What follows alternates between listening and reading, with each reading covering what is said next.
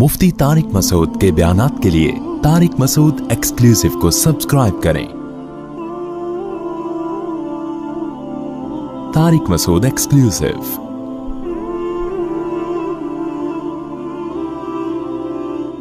अल्लाह ने कुरान में एक जगह नहीं, बीसियों जगह पर, दर्जनों जगह पर वाज़ेह इंसान का विजन क्लियर किया है। वो विजन क्या बताया है?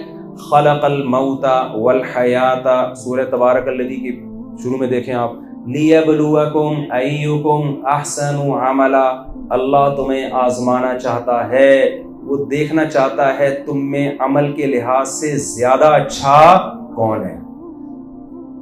वो ये देखना चाहता है तुम अच्छे बन के जिंदगी गुजारते हो या बुरे बन के। अल्लाह को हमारे शोबों से बराह रास्त कोई दिलचस्पी नहीं है कि आप सीए कर रहे हैं या आप आर्मी में जा रहे हैं।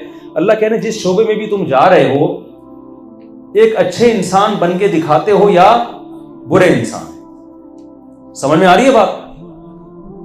इस्लाम में रहबानियत नहीं है कि अच्छा बनने के लिए जो पादरियों ने कहा था ना, जंगलों में निकल के अल्लाह अल्लाह करो, बैठ के इबादत करो, ये नहीं है इस्लाम में। इस्लाम में कि तमाम शोबों को जिंदा करो आप, लेकिन आपने बन के कैसे जिंदगी गुजारनी है? अच्छा। और फिर कुरान ने अच्छे को डिफाइन भी किया कि अच्छे की डेफिनेशन अंग्रेज से नहीं पूछनी आपने। अच्छे को कौन डिफाइन करेगा? इस्लाम बताएगा कि अल्लाह की नजर में अच्छे की डेफिनेशन क्या है और अल्लाह की नजर में बुरे की डेफिनेशन क्या है। गोरे ने पता है गड़बड़ क्या की है? गोरों ने गड़बड़ ये की है कि उन्होंने जब अपनी सोसाइटी से मजहब को निकाला ना, ईसाइयत थी उसको निकाला, क्योंकि ईसाइयत तहरीफ शुदा थी, वो पादरी चल भी नहीं सकते थे इस सोसाइटी में। उन्होंने मजहब में हजरत ईसा अलैहिस्सलाम का मजहब चूंकि तहरीफ शुदा था, तभी तो अल्लाह ने मोहम्मद सल्लल्लाहु अलैहि वसल्लम को भेजा ना। अगर वो ईसाई मजहब दुरुस्त रहता, पादरी उस मजहब की हिफाजत करते, तो ओरिजिनल मजहब था, तो अल्लाह नया पैगंबर ना भेजते। पादरियों ने ऊट पटांग चीजें मजहब में दाखिल कर दी, मजहब की ऐसी की तैसी कर दी, वो मजहब सोसाइटी का साथ दे ही नहीं सकता था। तो यूरोपियन कंट्रीज को मजहब को रियासत से निकालना पड़ा। समझ में आ रही है बात? मजहब हमें तरक्की नहीं करने देगा और बहुत सारी चीजों में रुकावट है। लेकिन जब मार्केट से मजहब गया तो अखलाकियात भी, क्योंकि मजहब बहरहाल अखलाकियात की, जिना से कौन रोकता है? मजहब रोकता है। लिबरल लोग रोकते हैं, मजहब रोकता है। मजहब रोकता है। माँ बाप की खिदमत करके डॉक्टर ऑर्डर देते हैं। किसी मेडिकल साइंस की किताब में लिखा है कि जो अपने अब्बा अम्मा की खिदमत करेगा उसके फेफड़े सही काम करेंगे उसके, है भाई। वालिदैन की खिदमत करनी चाहिए, ये टॉपिक साइंस का है या मजहब का है? सब लोग बोले ना, ताकि मुझे लगे कि आप लोग, ये टॉपिक तो मजहब का है ना। बाप की पेशानी पे मोहब्बत से नजर डालने से हज उम्रे का सवाब मिलता है, ये टॉपिक क्या मेडिकल साइंस का है या सीए का है? आपने किसी सीए की, मैं अक्सर एक वाकया बताता हूं कि एक साहब आए, मेरा बच्चा मेडिकल साइंस में डॉक्टर बन रहा है, मेडिकल कॉलेज में पढ़ रहा है, डॉक्टर बन रहा है, इतना मैंने पैसा उसकी तालीम पे खर्च किया, लेकिन मुझसे तमीज से बात नहीं करता वो। तो मैंने कहा देखें, मेडिकल कॉलेज में या मेडिकल साइंस की जितनी किताबों का टूटा फूटा मुझे इल्म है, उसमें तमीज नाम का कोई चैप्टर है नहीं। चैप्टर होता तो वो तमीज से, वो तो पढ़ रहा है गुर्दे फेफड़े कलेजी और जो भी चीजें होती है, लीवर वगैरह, इंग्लिश में जो भी है हिसाब किताब, लंग्स कैसे काम करते हैं। और वो एक शायर ने कहा है ना एक नौजवानों के बारे में, रंग चेहरे का जर्द कैसा है, आईना गर्द गर्द कैसा है, काम घुटनों से जब लिया ही नहीं, फिर ये घुटनों में दर्द कैसा है। तो घुटनों के बारे में, तो वहां तो मेडिकल कॉलेज में आप क्या पढ़ेंगे? वहां तो ये चीजें पढ़ रहे हैं। ये मैं आखिर में सुनाऊंगा, मेरा बयान ना अधूरा रहे, ये शेर मैं दोबारा इंशाल्लाह सुनाऊंगा। तो असल में आपके मतलब का है ना, इसलिए आप तो मेडिकल साइंस या हिकमत या तिब का टॉपिक तो घुटने गुर्दे फेफड़े ये है ना, तमीज थोड़ी उसका टॉपिक है। तो गोरों से गलती ये हुई कि उन्होंने जब मजहब को अपनी सोसाइटी से निकाला और चर्च तक महदूद कर दिया, भाई जिसने जाना है पादरी साहब से आशीर्वाद लेके आ जाए, हमें गवर्नमेंट की तरफ से कोई पाबंदी नहीं, लेकिन ये हमारा हदफ है नहीं। तो वहां अखलाकी जराइम बढ़ना शुरू हो गए।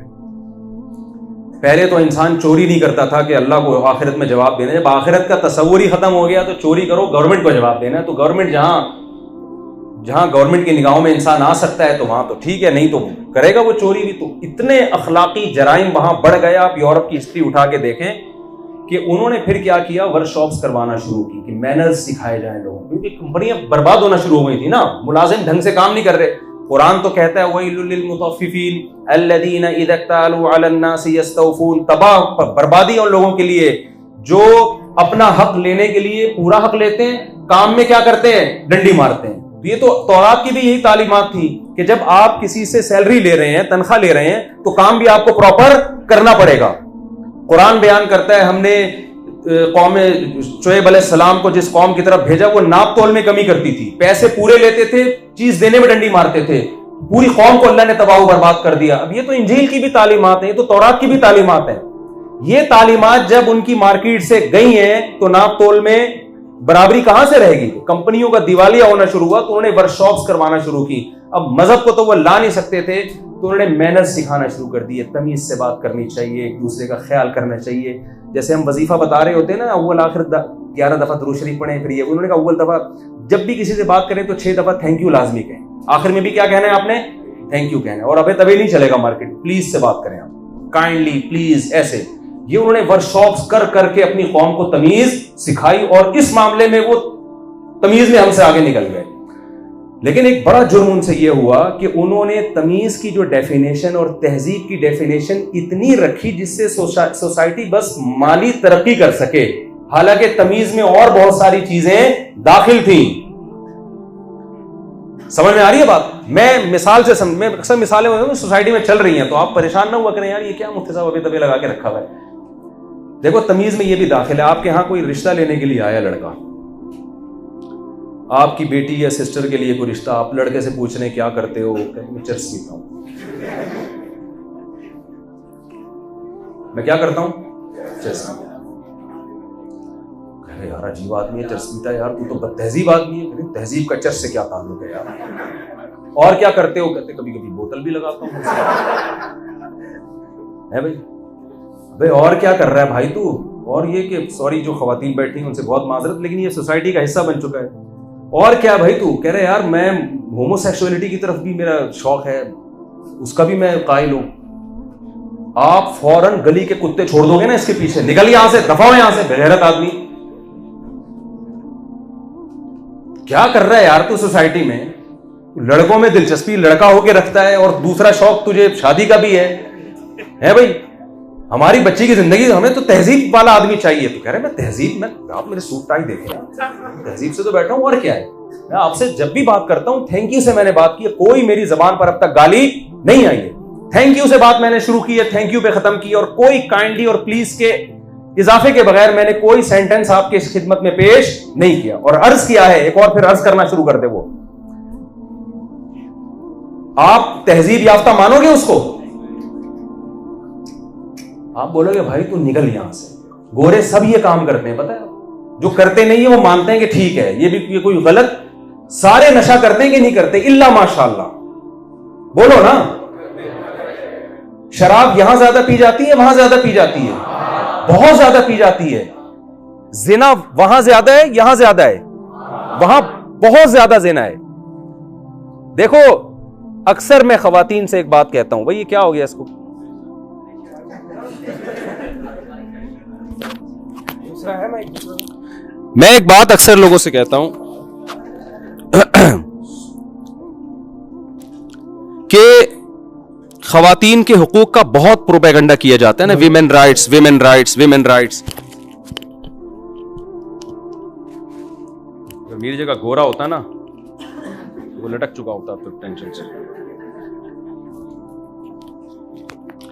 विमेन राइट्स की बहुत नारे सुने होंगे आप। क्या विमेन राइट्स हैं यार? तुम किसी औरत को बीवी बनाने के लिए तैयार नहीं हो, बीवी बना लेते हो तो उस पर खर्चा करने के लिए तैयार नहीं हो।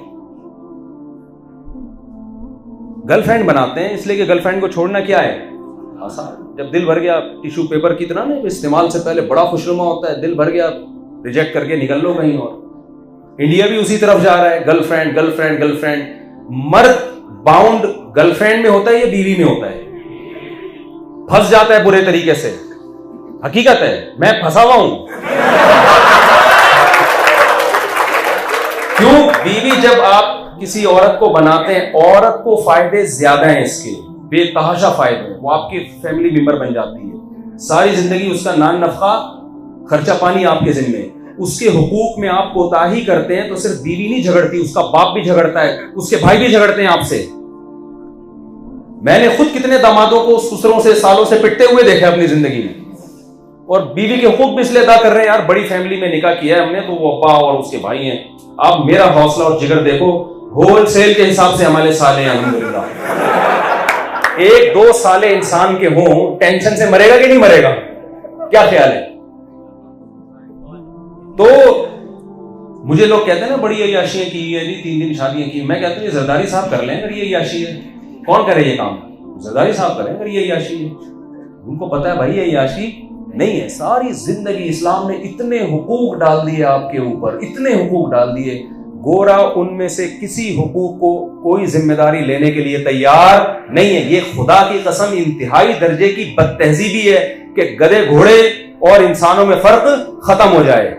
गधे घोड़े भी तो यही काम करते हैं, वो भी कोई जिम्मेदारी नहीं लेते, वो भी डिजायर्स पूरी करते हैं बस। इंसान में और जानवरों में बड़ा फर्क ये है कि इंसान हैवानों की तरह अपनी ख्वाहिशात पूरी नहीं करता। वो औरत को बीवी बना के घर में लेकर आता है, उसके बच्चों की सारी जिंदगी कफालत करता है, उसके रिश्तेदारों का इकराम करता है। हुवल्लज़ी खलक़ मिनल माइ बशरन फजअलहु नसबन व सिहरा। कुरान कहते हैं हमने इंसान को इज्जत दी है, एक नापाक पानी से बनाया, लेकिन जब पैदा हुआ तो 2 खानदान, एक ददियाल और एक ननियाल, ये 2 खानदानों के बीच में पैदा होता है। और जब जवान हुआ तो एक तीसरा खानदान जिसको कुरान ने सेहरन ससुराल से ताबीर किया है। अंग्रेजों के यहां ये खानदान मार्केट से शॉर्ट हो गए। जब पैदा होता है तो ददियाल नहीं होता, सिर्फ ननियाल, और ननियाल में भी एक वालदा, एक अम्मा है। और ससुराल भी क्या हुआ, चंद लोगों के मिलते हैं, वो भी 50-50, 60-60 साल में जाके निकाह कर रहे हैं। जब सारी जिंदगी अय्याशियों में गुजार दी, अब बुढ़ापे में आके क्या कहते हैं, चलो यार एक अदद हमारी भी क्या होनी चाहिए वाइफ, और उसको भी अपने पैसों पे चाय पिलाने के लिए भी तैयार नहीं है। वो भी अपना ही कमा रही होती है, खुद ही खा रही होती है। तो ये बदतहजीबी जब उस सोसाइटी में मजहब से बगावत के नतीजे में आई ना, क्योंकि मजहब रोक रहा था जिना से, ईसाइयत ने भी रोका जिना से, यहूदियत ने भी रोका, तमाम पैगंबरों की तालीमात हैं ला तक़रबुज़ ज़िना, जिना करना तो दूर की बात, जिना के करीब भी मत जाओ। ये फैमिली सिस्टम के लिए, खानदानी निजाम के लिए जहर है। इसमें औरत के हुकूक की ऐसी की तैसी हो जाती है, औरत को हक नहीं मिलता इसमें, जितने हक की वो मुस्तहिक है वो नहीं मिलेगा उसको हक। लेकिन ये बदतहजीबी उस माशरे में, उस सोसाइटी में आई, शराब आई उस सोसाइटी में, होमोसेक्सुअलिटी आई उस सोसाइटी में। उन्होंने क्या किया, एक बहुत बड़ा जुर्म ये किया उन्होंने क्या किया कि यार हम दुनिया में एक एजुकेटेड लोग हैं, तरक्की याफ्ता लोग हैं। आपको पता है कोई तरक्की याफ्ता अपने आप को बदतहजीब कहलवाना नहीं पसंद करता। ऐसा ही है ना, आपकी सोसाइटी में कोई लीडर हो, कोई इलाके का नाजिम है, 3 पीस सूट टाई में घूमता है, बड़ी अच्छी गाड़ी, लोग झुक झुक के सलाम करते हैं, आइए सर। एक दिन आपने देखा बैठा बस सोटा पी रहा है, सोटा लगा के ना, बाइक के अंदर जो बरसाती नाले होते हैं ना उसमें बैठ। मैंने कल बहुत दिनों बाद एक हीरोइन की देखा, कल ऐसे मस्ताया हुआ ना, गाड़ी हट ही नहीं रहा था सामने से। मैंने अपने साथियों से कहा, मैंने कहा यार मजे की जिंदगी हीरोइन क्यों ही की है, इसको कोई टेंशन नहीं है, पीछे से गाड़ी आ रही है, गार्ड है, नहीं अपने मस्ती में क्या कर रहा है, चला जा रहा है। तो अब क्या है कि इलाके का कोई बड़ा नाजिम है,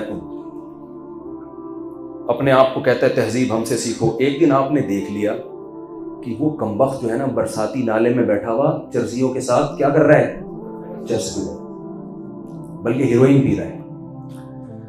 आपने फौरन उसकी वीडियो बनाया, बस साले ये हमें तहजीब सिखाता है यार, ये तो देखो ये तो चर्सी है, साला खुद तो चर्सी निकल आई है।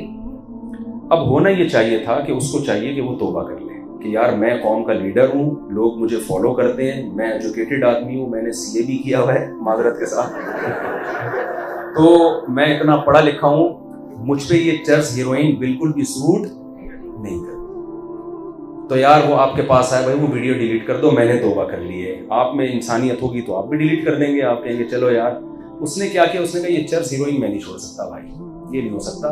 तो उसने क्या किया, ऑक्सफोर्ड यूनिवर्सिटी से रब्ता किया, उन्होंने कहा यार ये जो तहजीब की डेफिनेशन है ना, फौरन क्या करो, किताबों से निकाल के उसकी डेफिनेशन को क्या कर दो, चेंज कर।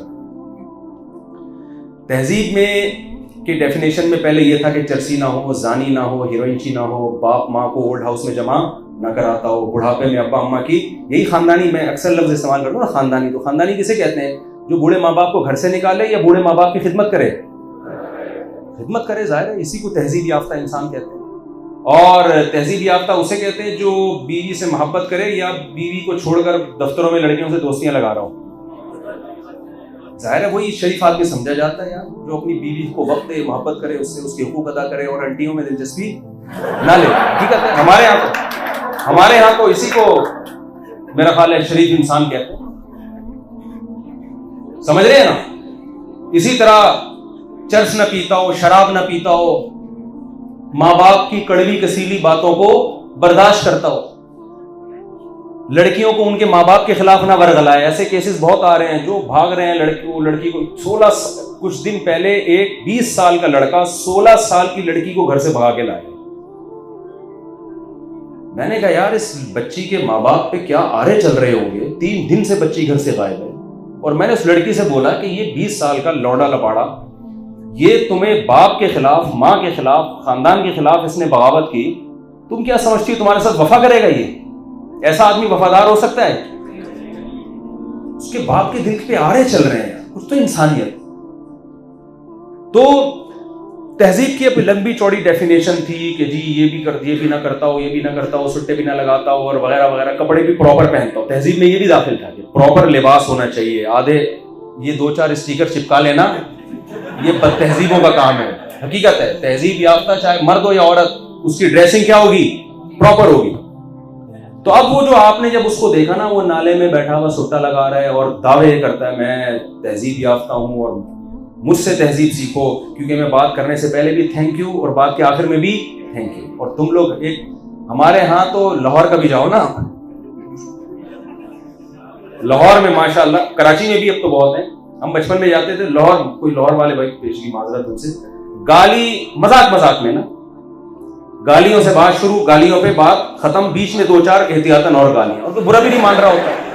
बात तो अगर तो ये कल्चर है कि गाली के बगैर बात करें तो लोग समझते हैं बेतकल्लुफ आदमी नहीं है, खाम में ये गुनावट कर रहा है।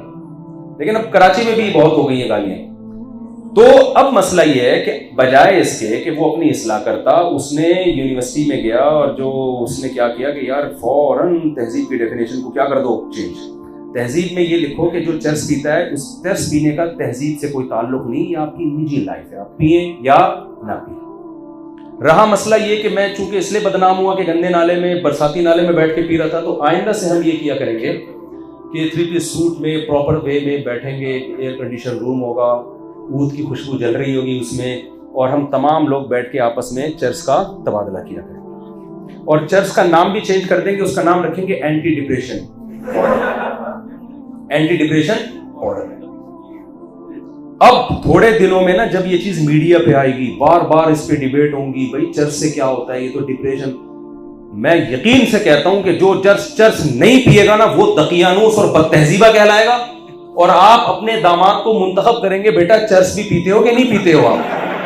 वो कहेगा नहीं पीता, फंडामेंटलिस्ट, बुनियाद परस्त, दकियानूस। हमारी बच्ची को भी लगता है ये चर्च नहीं पीने देगा। खुदा की कसम यही हो रहा है सोसाइटी में। मेरे पास इससे ज्यादा मिसाल समझाने के लिए नहीं है उस कल्चर में और अपने कल्चर में फर्क करने के लिए। आप ना कुछ दिन, यही हो गया है, कुछ दिनों के बाद ये चीज सोसाइटी का हिस्सा बन जाएगी। जो नहीं पी रहा होगा लोग कहेंगे यार ये मजहब को फॉलो करता है, ये दकियानूस किस्म के, ये हमारी बेटी को भी इसी तरह कहेगा दूध पियो और समोसे खाओ और खाना खाओ, और ये उसमें बाउंड करके रख देगा। हमारी बेटी तो पीने की शौकीन है माशाल्लाह। अल्लाह का शुक्र है हम एजुकेटेड लोग हैं, तहजीब याफ्ता लोग हैं, पीते भी हैं, पिलाते हैं। कपड़े उपड़े को हमारे यहाँ कुछ नहीं होता, पहन लो ठीक है, नहीं तो कोई बात नहीं। यही हो रहा है ना, जितने मॉडर्न लोग हैं कपड़े उनकी नजर में वैल्यू रखते हैं। जितना गरीब होगा ना उतने ज्यादा कपड़े पहनेगा। यानी अमीरों के कपड़ों पे पैसा बहुत लग रहा है, कपड़ा नहीं लग रहा। हकीकत है, कपड़ा नहीं लग रहा। औरंगी टाउन जाओ, पूरे प्रॉपर ड्रेस। मैं डिफेंस जाता हूं, कभी नजर भी आता है, कभी 2-4 वो चीजें पहनी भी होती हैं, वही चल रहा हूं। तो अब मैं आपसे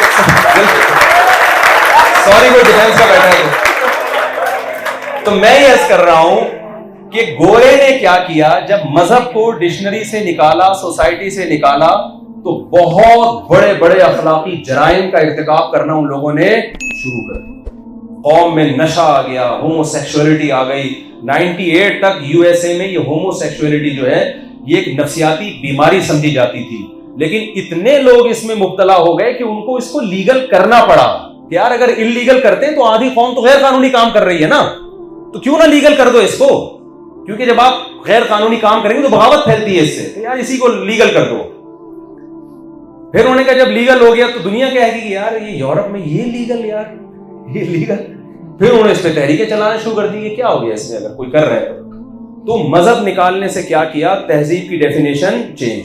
पहले तहजीब की बड़ी लंबी चौड़ी किताबें लिखते थे तहजीब के बारे में ना, कि वो बीवी से वफादार होता है, वो अपनी माँ का एहतराम करता है, वो अपने अब्बा का एहतराम करता है, अब्बा की कड़वी कसीली बर्दाश्त करता है, वो मस्जिद में जाके कभी कभार नमाज भी पढ़ लेता है, ठीक है ना, वो रमजान के वो उसको मजहब को भी फॉलो करता है, अल्लाह को भी मानता है, कोई गुनाह हो जाए तो तौबा इस्तिग़फ़ार करता है, कभी उससे बदनजरी हो जाए तो तौबा इस्तिग़फ़ार करता है, गैर अखलाक। बहुत लंबी चौड़ी डेफिनेशन थी तहजीब की, बहुत सारे सेंटेंस है। ऐसा नहीं था कि न्यूटन का वो पहला कानून है ना, वो एक किसी सरदार जी से, सरदार जी का लफ्ज़ काट देना यार यहाँ से, वो फिर सिख भी सुन रहे होते हैं बाज़ में। किसी ने पूछा कि न्यूटन का आखिरी कानून क्या है, सॉरी पहला कानून क्या है, उसने कहा मिस आखिर से याद है मुझे। उसने कहा यार आखिर से चलो आधा याद है, आखिर से सुना, तो कहते इट्स कॉल्ड न्यूटन्स लॉ। तो अंग्रेज ने तहजीब की डेफिनेशन से ना सारे सेंटेंस निकालना शुरू किए। चरसी होना कोई मसला नहीं, अगर आप ड्रग्स लेते हैं, शराब पीते हैं, इसका एजुकेशन से, तहजीब से कोई ताल्लुक बोलो नहीं। बहुत से तो नहाते नहीं 6-6 महीने, हकीकत है। हमारे एक रिश्तेदार गए, यार मैं सोच रहा हूं कर ही लूं मैं। हमारे एक रिश्तेदार गए फ्रांस, सारे गोरे ऐसे नहीं होते मैं मानता हूं, कह रहे यार मैं समझता था फ्रांसीसी कौम दुनिया की सबसे नफीस तरीन कौम है, ये तो दिन में 6 दफा नहाते होंगे। कह रहे पता चला कि इनकी खुशबुएं दुनिया में इतनी ज्यादा मशहूर इसलिए हुई हैं कि इनकी बदबू दुनिया में सबसे ज्यादा मशहूर है। कई महीने नहाते नहीं, कई महीने, लेकिन खैर सारे ऐसे नहीं है, बहुत से नहाते भी हैं। तो खैर, तो तहजीब की डेफिनेशन में उन्होंने क्या किया, सारी चीजों को निकालते निकालते आखिर में एक जुमला रह गया, इज कॉल्ड न्यूटन्स लॉ। 2-4 छीछड़े रह गए उसके, बस वो यही है कि जब बात करो तो तमीज से बात करो, पैसों के लेन देन में आदमी एक नंबर होना चाहिए, क्योंकि इन चीजों का ताल्लुक मुल्क की तरक्की से है। तो मैं आपसे अर्ज करता हूं, देखो अगर आप मजहब को अपनी डिक्शनरी से निकाल दोगे, अल्लाह को अपनी डिक्शनरी से निकाल दोगे, तो फिर आपका अंजाम भी वही होगा। और इस अय्याशी रंग रलियों पे जमाने की न जाना ए दिल, ये खिजा है जो बअंदाज़े बहार आई है, ये खिजा है जिसका स्टाइल बहार वाला है। तो गोरे की तरक्की, कुरान बार बार कहता है ला यग़रुरका तक़ल्लुबुल्लज़ीना कफ़रू फिल बिलाद, गैर मुस्लिम की तरक्की तुम्हें धोखे में ना डाल दे। इस आयत का ये मतलब नहीं है कि आप तरक्की हासिल करने की कोशिश ना करें, ये हरगिज मतलब नहीं है। इस पर इस्लाम की बहुत सारी कुरान की आयतें हदीस है जिनमें तरक्की की तरगीब दी गई है, वो एक अलग टॉपिक है, उसको मैं भी नहीं छेड़ रहा। इसका मतलब ये है कि उनकी तरक्की से मुतासिर होकर तहजीब में उन्हीं को फॉलो करना शुरू कर देना, ये काम आपने हरगिज बोलो नहीं करना। उनके नारों से विमेन राइट, जो खवातीन बैठी है, विमेन राइट से मुतासिर ना हो आप, विमेन राइट से मुतासिर ना हो आप। वो विमेन वो हाथी के दांत दिखाने के हैं, वो खाने के नहीं है। और हमारी सोसाइटी में अगर कोई मर्द अपनी बीवी पे जुल्म कर रहा है, वो उसका इनफिरादी जुर्म है, उसकी वजह से सोसाइटी को बुरा ना कहें। हमारी सोसाइटी में मर्द जितना औरत पे खर्च करता है ना, सारी जिंदगी ख्याल करता है, गोरा इसका तस्वुर नहीं कर सकता। मैं तो लोगों को देखता हूं ना, अपने मरने के बाद भी इंतजाम कर के जा रहे होते हैं कि हमारे मरने के बाद क्या होगा, बच्चों का क्या होगा, घर वालों का क्या होगा, पूरी जिंदगी कमाते रहते हैं बाहर जाके। तो आपके सामने आपका एक हदफ है, हमें किसी ने बनाया है, और बनाया क्यों है, लियब्लुवकुम अय्युकुम अहसनु अमला। अल्लाह देखना चाहता है तुम में अमल के लिहाज से अच्छा कौन है। तो मैं यहां से जल्दी से बात को समेट के खत्म करता हूं। तो अल्लाह ने हमें क्यों आजमाया, अल्लाह हमें देखेगा अच्छा कौन है। और जाहिर है आजमाइश के बाद अगर रिजल्ट ना हो तो उस एग्जाम का कोई फायदा नहीं होता। आप एग्जामिनेशन हॉल में बैठे थे, पेपर आया, आपने कहा सर रिजल्ट कब अनाउंस होगा, कह रहे इस दफा इंतजामिया ने फैसला किया रिजल्ट अनाउंस ही नहीं होगा। उसी वक्त आप पेपर फाड़ के निकल जाओगे ना बाहर, क्या ख्याल है। तो अल्लाह भी कह रहे मैं तुम्हें एग्जामिनेशन हॉल में भेजा है दुनिया में, ताकि मैं देखूं कौन अच्छा और कौन बुरा। तो यकीनन इसकी अलामत है कि एक दिन होगा जिसमें हमें हिसाब भी देना पड़ेगा, जिसमें उसको अच्छे लोगों को बदला मिलेगा जन्नत की सूरत में, बुरे लोगों को अजाब की सूरत में सजा मिलेगी। तो मैं जो बात कर रहा था कि अच्छे की डेफिनेशन भी वो है जो अल्लाह ने की है। अच्छे की डेफिनेशन आपने गोरे से नहीं पूछनी, उसके यहाँ बहुत सारी चीजें अच्छे की डेफिनेशन से निकल, उनमें जो समझदार लोग हैं वो तो आ रहे हैं मजहब की तरफ, वो आवाज उठा रहे हैं इस पे कि इस्लाम की तरफ आना चाहिए। इस पे मुस्तकिल इंशाल्लाह मैं बयान करूंगा किसी वक्त। तो वो बहुत से आपकी तरफ आ रहे हैं और आप क्या कर रहे हो, उसी कल्चर की तरफ। वो बेजार हैं, ये होमोसेक्सुअलिटी वगैरह के नारों से वो खुद बेजार हैं, वो मजबूर होकर कर रहे हैं सब कुछ, वो खुश नहीं है। आपको पता है यूके में जब ये कानून पास होने लगा था होमोसेक्सुअलिटी से मुताल्लिक, वहां की असेंबली का एक मेंबर था, गैर मुस्लिम था, उसने कहा कि आज मुझे एहसास हो रहा है काश हमारा मजहब इस्लाम होता। हमारा मजहब क्या होता? इस्लाम, ताकि इस बुरे और गलीज कानून को हम अपने कंट्री में पास ना होने देते। लेकिन कोई मजहब नहीं है तो अकल से हम कैसे इसके खिलाफ आवाज उठाएं? अकल थोड़ी हर जगह इंसान को गाइड करती है। तो मेरे भाई, मैं और आपको अल्लाह ने पैदा किया है आजमाइश के लिए। अल्लाह देखना चाहता है तुम में अच्छा कौन है और बुरा कौन है, और अच्छे और बुरे को डिफाइन किसने किया है? अल्लाह ने।